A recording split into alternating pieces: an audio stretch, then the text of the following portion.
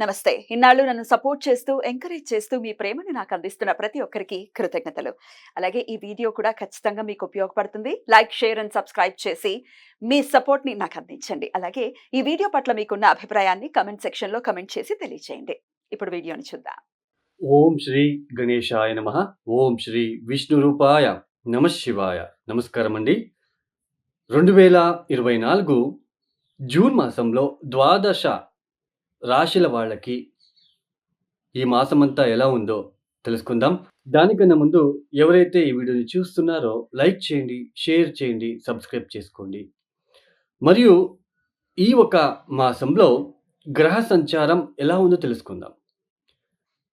ఈ ఒక మాసంలో రాహు మీనరాశిలో సంచారం, కేతు కన్యా రాశిలో సంచారం, శని కుంభరాశిలో సంచారం.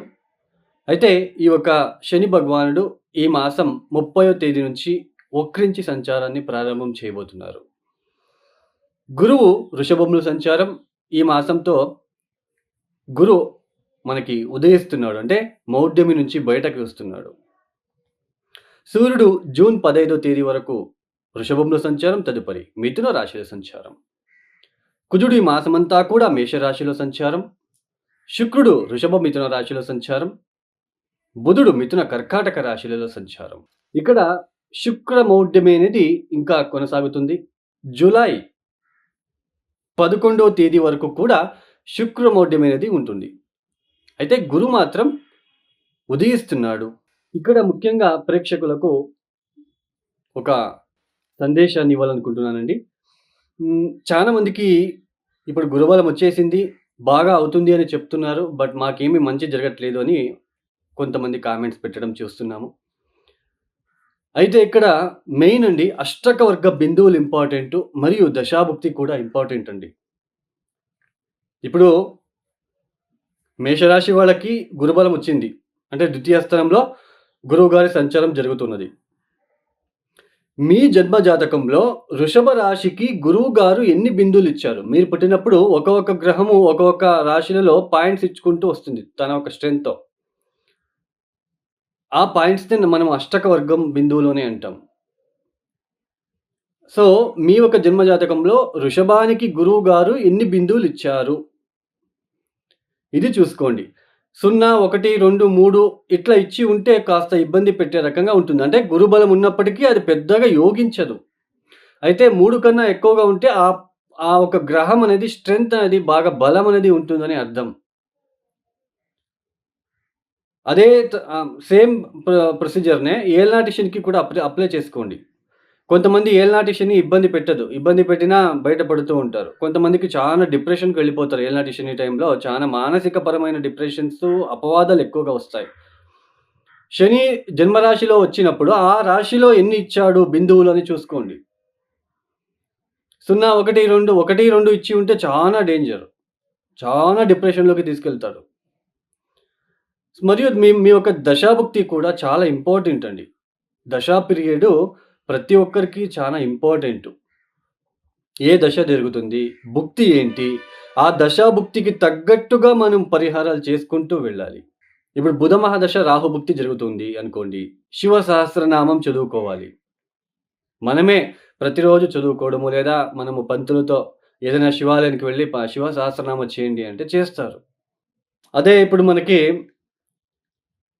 గురు మహాదశలో రాహుభుక్తి అనుకోండి. తిలా హోమం చేసుకోవాలండి. తిలా హోమం అంటే ఇది పితృదోషాలలో పితృదోష పరిహారం చేసేటప్పుడు ఆ పరిహార భాగంలో తిలా హోమం అనేది కూడా ఒకటి ఉంటుంది. అదే చంద్రమహాదశలో శుక్రభుక్తినో, బుధభుక్తినో అలా ఉన్నప్పుడు, లేదా శుక్ర మహాదశలో చంద్రభుక్తి ఉన్నప్పుడు మహాలక్ష్మి అమ్మవారిని పూజించాలి. ఇలా దశాభుక్తిలో వచ్చినప్పుడు మనము వాటికి తగ్గట్టుగా ఆ దశాభుక్తి రాకున్న ముందే పరిహారాలు చేసుకోవాలి. రేపు ఎగ్జామ్ అన్నప్పుడు పిల్లవాడు చదివితే ఏమవుతుంది? ఎగ్జామ్ రాస్తే మనకి నో యూజ్ కదండీ. సో, అలానే దశాభుక్తి ఇంకో 1 మంత్‌కి ప్రారంభమవుతుంది, నెక్స్ట్ మంత్ వస్తా ఉంది అన్నప్పుడే మీరు మేలుకొని మీరు ఆ పరిహారాల్ని అప్పటి నుంచే పాటిస్తూ వస్తే ఆ ఒక పెద్దగా దశాభుక్తి పెద్దగా ఇబ్బంది పెట్టకుండా, ఇబ్బంది పెట్టినప్పటికీ దాని నుంచి బయటపడే మార్గం కూడా చూపిస్తుంది. సో, ఇది అండి మీకు తెలియాలని చెప్పాను. అష్టకవర్గ బిందువులను చూసుకోండి, దశాభుక్తిని చూసుకోండి. వాటికి తగ్గట్టు పరిహారాలు చేసుకుంటూ వెళ్ళండి. సో మీరే స్వతహా పరిహారాలు చేసుకోవడం ద్వారా ద్వాదశ రాశుల వాళ్ళ ఒక ఫలితాలు ఒక్కొక్క రాశికి ఎలా ఉంటుందో మనము చూసుకుంటూ వెళ్తామండి. ఇక కర్కాటక రాశి. ఈ కర్కాటక రాశి వాళ్ళకి ఈ మాసంలో జూన్ 15వ తేదీ వరకు సూర్యుడు యోగిస్తున్నాడు. గురువుగారు యోగిస్తున్నారు. కుజుడు కూడా దశమాధిపతి అయి దశమ స్థానంలో అంటే మేషరాశిలో సంచారం. ఆయన కూడా యోగిస్తున్నారు.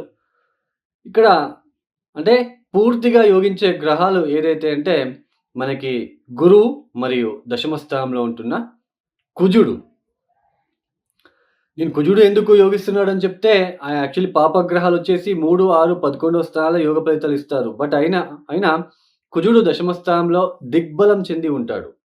సో అందులోనే దశమాధిపతి దశమ స్థానంలో. సో ఈ యొక్క కర్కాటక రాశి వాళ్ళకి గురువు మరియు కుజుడు పూర్తి శుభ ఫలితాలను ఇస్తున్నారు. సూర్యుడు అర్ధశుభుడు. జూన్ 15వ తేదీ వరకు మాత్రమే శుభ ఫలితాలను ఇస్తున్నారు. ఇక్కడ కర్కాటక రాశి వాళ్ళకి గత మాసంలో పోల్చుకుంటే, గత మాసంలో ఎందుకు అంటే మే మాసంలో గురువు మౌఢ్యం అనేది జరిగింది. ఈ జూన్ మాసం నుంచి గురువు ఉదయిస్తున్నారు. అస్తంగత త్యాగం చేసేశారు. సో గురువు ఇచ్చే ఫలితాలని ఇక మీద ఇస్తున్నారు అని అర్థం. ఆయన ఉదయించాడు కాబట్టి, అస్తంగత త్యాగం చేశారు కాబట్టి ఆయనకు ఒక పవర్ అనేది ఉంటుంది. శక్తి ఉంటుంది. ఆయనకు మంచి ఫలితాలు ఇవ్వడానికి ఇక మీద అవకాశాలు ఏర్పడుతూ ఉంటాయి.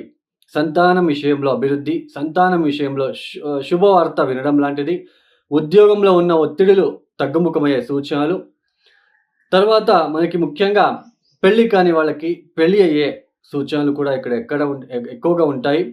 బట్ మీ జన్మజాతకంలో కూడా దశాభుక్తుల ద్వారా మీరు తెలుసుకోవచ్చు. అక్కడ కూడా మీకు ఏమైనా మంచి దశ జరుగుతూ ఉంటే పెళ్లి విచారంలో అయితే మీకు ఎటువంటి ఇబ్బంది ఉండదు. తదుపరి మనం ఏమనుకున్నాం, ఉద్యోగంలో అభివృద్ధి ఉంటుంది, వ్యాపారంలో అభివృద్ధి ఉంటుంది, సంతానం విషయంలో శుభవార్తలు వింటారు, పెళ్లి విషయంలో ఇంట్లో వేడుకలు లాంటివి జరగడము, శుభ సమారంభాలు జరగడం లాంటివి, పాత మిత్రులని కలుసుకోవడం లాంటిది. సో ఇలాంటి శుభ ఫలితాలని మీరందరూ చూడొచ్చు.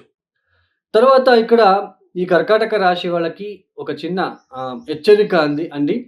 ఇక్కడ ఏంటి అంటే, ఇక్కడ ట్రేడింగ్ బిజినెస్ చేసేవాళ్ళు, స్టాక్ మార్కెట్‌లో ఇన్వెస్ట్‌మెంట్ చేసేవాళ్ళు చాలా జాగ్రత్తగా ఉండి ఇన్వెస్ట్‌మెంట్ చేసుకోవాలి. ఈ మాసంలో మానుకున్నా ఇంకా మంచిదే అండి. ఎందుకు అంటే సూర్యుడు జూన్ 15వ తేదీ తర్వాత ద్వితీయాధిపతి వ్యయస్థానంలో. సో ఆకస్మికంగా డబ్బులు పోగొట్టుకునే అవకాశాలు కూడా ఉన్నాయండి. మనకి ఏదైతే లాభస్థానంలో గురుబలం ఉన్నప్పటికీ ఇక్కడ మీకు దశాభుక్తి గనక బాలేకపోయి ఉంటే, మంచి దశాభుక్తి ఉన్నట్లు గనకైతే, ఇక్కడ వ్యయస్థానంలో ఉంటున్న సూర్యుడు కూడా అక్కడ ఉండడం అనేది ద్వితీయాధిపతి అందులోన వ్యయస్థానంలో వ్యయాధిపతితో కలవడం అనేది కాస్త ఆకస్మిక ధన నష్టమయ్యే సూచనలు కూడా ఈ మాసంలో ఉంటాయండి. జూన్ 15వ తేదీ తర్వాత. సో కాస్త ట్రేడింగ్ బిజినెస్ చేసేవాళ్ళు, స్టాక్ మార్కెట్‌లో ఇన్వెస్ట్‌మెంట్ చేయాలనుకున్న వాళ్ళు కాస్త జాగ్రత్తగా చూసుకొని ముందుకు సాగితే మంచిది. గురుబలం ఉంది లేదనడం లేదు. బట్ ఈ ద్వితీయాధిపతి వ్యయస్థానంలో వ్యయాధిపతితో కలిసినప్పుడు ఆకస్మికంగా ధన నష్టము, కుటుంబం నుంచి కొద్దిగా దూర ప్రాంతాలకి ప్రయాణం చేసే అవకాశాలు, ఉద్యోగం నిమిత్తం కావచ్చు, అటు వ్యాపార రీత్యా కావచ్చు, కొంచెం దూర ప్రయాణాలు చేసే అవకాశాలు కూడా ఇక్కడ ఉంటాయండి. ఏమి ఉన్నప్పటికీ కూడా గురుబలం అనేది మీకు అప్పటికప్పుడే మీకు ఏదైనా ఇబ్బందులు వచ్చినప్పటికీ వాటిని నిలదొక్కుకొని మీరు ముందుకు సాగడానికైతే ఇక్కడ అవకాశాలుంటాయి. కొద్దిగా ఆర్థిక విషయంలో నష్టం పోకుండా జాగ్రత్తలు మీరు వహిస్తే చాలా బావుంటుందని చెప్పుకోవచ్చు. ఈ కర్కాటక రాశి వాళ్ళు తప్పనిసరిగా ఇక్కడ ముఖ్యంగా మీరు చేసుకోవాల్సిందల్లా ప్రతిరోజు కూడా శివ సహస్రనామం చదువుకోండి. వీలైతే సూర్యుడికి నమస్కారాలు చేయండి. తర్వాత గోధుమ రవ్వతో చేసిన పాయసాన్ని కాస్త ఆవులకి తినిపించే ప్రయత్నం చేసుకోండి. తర్వాత ప్రతిరోజు తప్పనిసరిగా సుబ్రహ్మణ్య కరావళంబ స్తోత్ర పారాయణం చేసుకోవడము. ఇక్కడ ముఖ్యంగా దశమ స్థానాన్ని శని కూడా చూస్తున్నాడు కాబట్టి ఉద్యోగంలో ఆటంకాలు రాకుండా మంగళవారం పూట, శనివారం పూట తమలపాకులతో హారాన్ని చేసుకొని ఆంజనేయ స్వామి వారికి వేయడం ద్వారా ప్రతిరోజు తప్పనిసరిగా 5 సార్లు హనుమాన్ చాలీస పారాయణం చేసుకోవడం ద్వారా వచ్చే చిన్న చిన్న ఇబ్బందుల నుంచి బయటపడొచ్చు. ఈ యొక్క వీడియో మీకు నచ్చితే లైక్ చేయండి, షేర్ చేయండి, సబ్స్క్రైబ్ చేసుకోండి. సర్వే జనో సుఖినో భవంతు. ధన్యవాదములు.